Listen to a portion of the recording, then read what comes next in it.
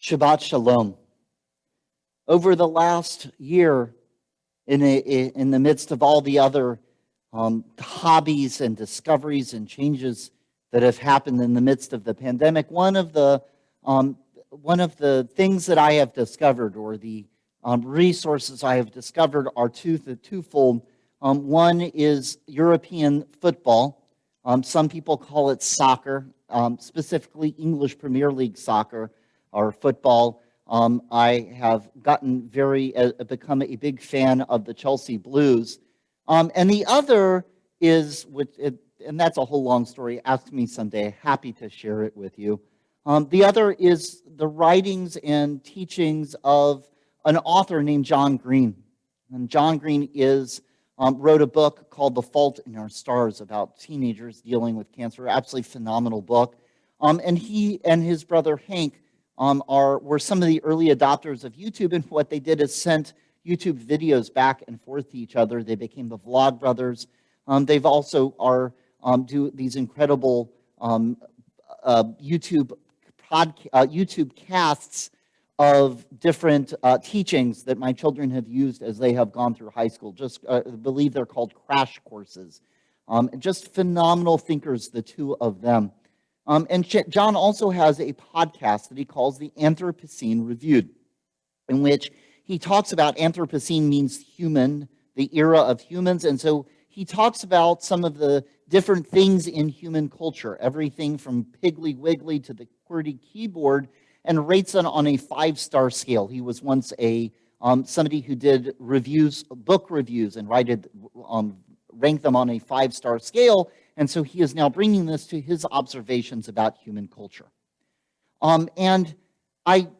He took his podcast and he's recently made it into a book of some of his favorite ones that he has shared on the Anthropocene Reviewed. And I explained to you about my newfound passion for European football and also for John Green, in part because tonight my teaching is from the Anthropocene Reviewed, but it's also about European football. Because John, through his talking about a European championship with Liverpool, one of the teams in the English Premier League, he offered a perspective of something that I have found challenging through the years. It's an incredible Yiddish phrase, Man Tracht und Gott lacht. Humans plan and God laughs.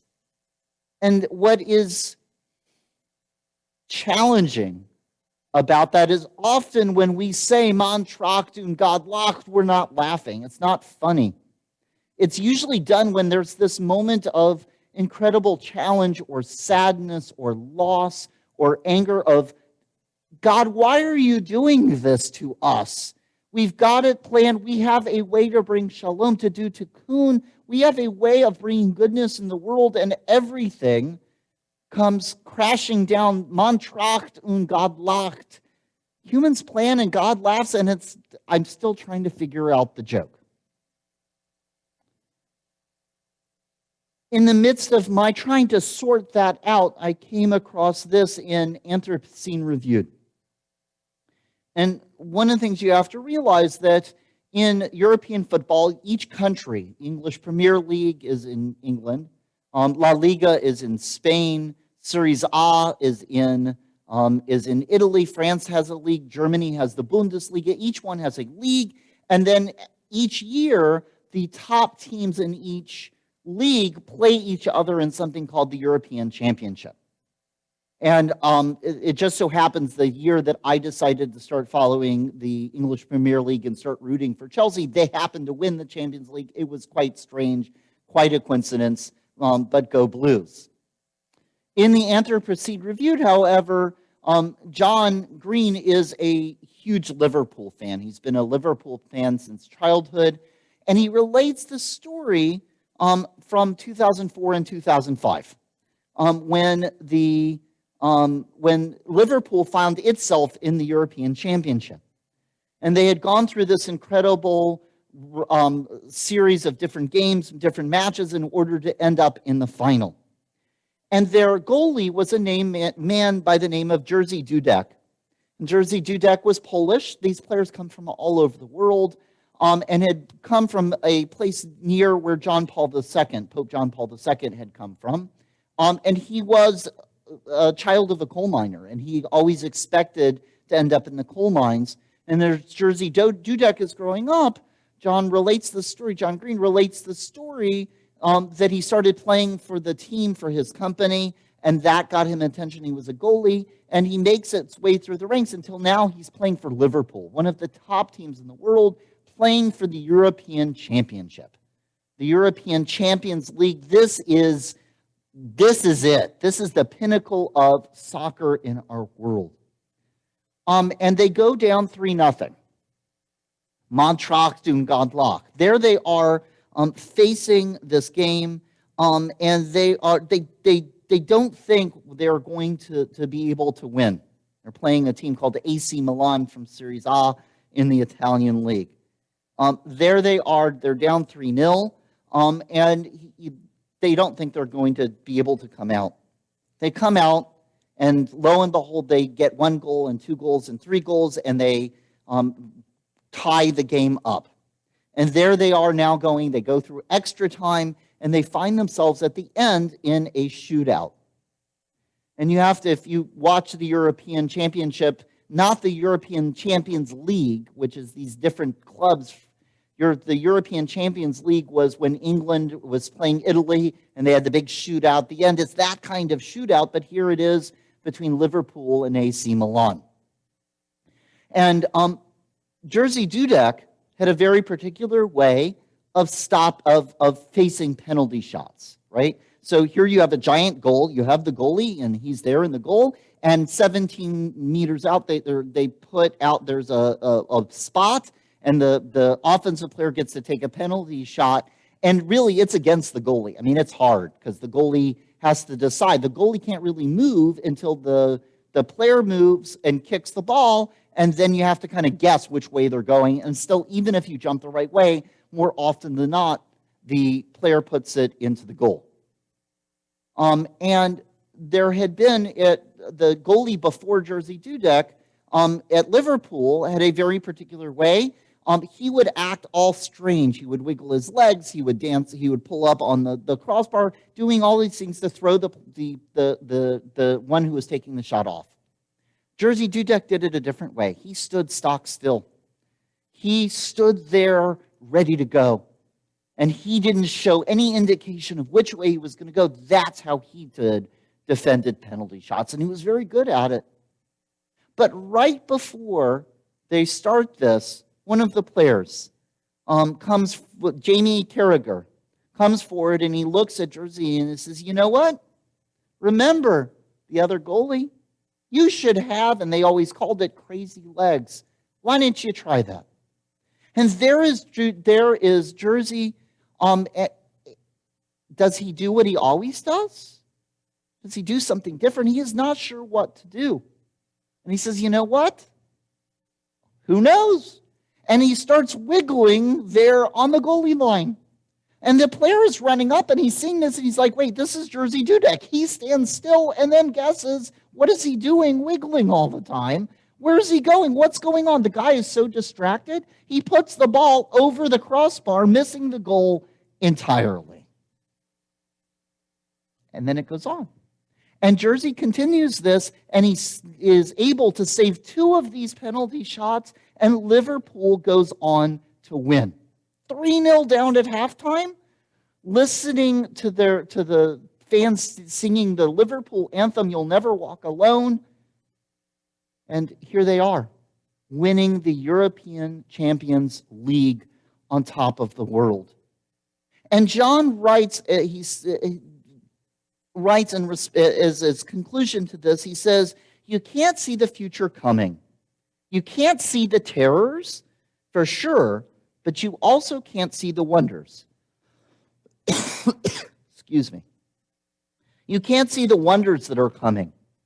Moments like this light-soaked joy that await each of us. These days, I often feel like Jerzy Dudek walking out in the second half down 3-0, feeling as hopeless as I do helpless. But for all of the important things, football is the most important, because seeing Jerzy Dudek sprint away from that final penalty save to be mobbed by his teammates reminds me that someday, maybe someday soon, I will be embraced by people I love. He writes, it's May of 2020, 15 years since Dudek's spaghetti legs. This will end, and the Leipzig days are coming. There he is, telling the story and saying, look, we don't know. As much as we are gripped by loss and terror, as much as we have things that go completely awry, maybe there are times where everything comes together and works for us. And it gave me a very different way of thinking about man Tracht und Gott lacht. Because so easy, that stuff happens, and it's frustrating and upsetting. Man Tracht und Gott, it's not a joke. It's that thing we say in those painful moments. But then I think about Jerzy Dudek. I think about spaghetti legs. I think about that player being so thrown off that he shoots the ball straight over the back, over the goal, over the crossbar. And I said, maybe that's the wisdom of man Tracht und Gott lacht. That's what we say when stuff goes bad, but think about it in a different way. What do we do if you're a Yiddish, I don't know if it's superstition or a Yiddish way of looking at the world, when you hear good news, how many of you are tempted to spit and say poo, poo, poo, and hekena hora, God forbid, keep the evil eye away? How many of us are like, you know what, there's this Yiddish part of me that if I hear good news, I don't want to hear good news, because if I hear too much good news, you know there's bad news coming. That kind of twist in our lives, that as much as we, it's what I say. How often when we're tempted to cry, we laugh, and we're tempted to laugh, we cry. In our Torah portion this week, there's an interesting commandment. It says that we are supposed to find oneg and simcha in different moments in time, that we are commanded, instructed to be happy and to find joy. And it's so strange and curious, and it's the same equation, and it's so powerful to me. Because as much as there's that time where I say man Tracht und Gott lacht, and I'm like, God, this is not laughing, it's crying, maybe just as we spit and poo poo poo and kena hora, get rid of the evil eye when there's good news, maybe in the face of bad news, maybe in the face of that darkness and frustration, that's where we turn the tables back and we pull a Jerzy Dudek and get spaghetti legs. Instead of doing what we always do, instead of just like throwing up our hands, maybe it's where we find that kernel of joy, of laughter, of silliness, of I'm going to go a different way in this. Think about Oseh Shalom. Oseh Shalom b'mromav hu ya'aseh shalom. Aleinu v'al kol Yisrael v'yimru amen. We say that maker of peace, of shalom, out there in the transcendent high heavens, bring that sense of shalom, that peace, that harmony where everything is fitting together, to me, to Israel, to all the world. I share with you tonight that commandment to do oneg, that image of Jerzy Dudek doing it differently, that maybe when everything goes awry out here, instead of Oseh Shalom saying it's awry out here, we reverse the Oseh Shalom. We look back and do it in a different way, and we say, how do we find shalom in us, even in the brokenness, even in the darkness, when we are faced with the curse, when we're broken and torn and at a loss, can we find just that fragment of shalom? And I'm reminded, Jerzy Dudek didn't start it. The other teammate did. The other teammate just looked at him and said, wait, here's a different answer. It's finding it's within. It's making those suggestions to other people. Can we find that opposite inclination to do the opposite of what might be expected, the opposite of what our heart and brain tell us? Just at least a little bit. Just as God can catch us off balance, as the world can present to us chaos and darkness, can we return the favor? When we're tempted to curse, instead, can we turn our curses, our sadness, our mad, our angry, our frustrated, can we find ways of turning the table? If man Tracht and God lacht, and we say, you know what, God, you're laughing, but really there is the sweetness and joy, and yes, there is darkness in our world, but maybe we can turn it into something else. Yismechu b'malchutcha shomrei Shabbat. Let us on this Shabbat, when we are commanded to oneg, to enjoy it, when we're commanded to find sweetness, oneg, and joy on Shabbat, let us.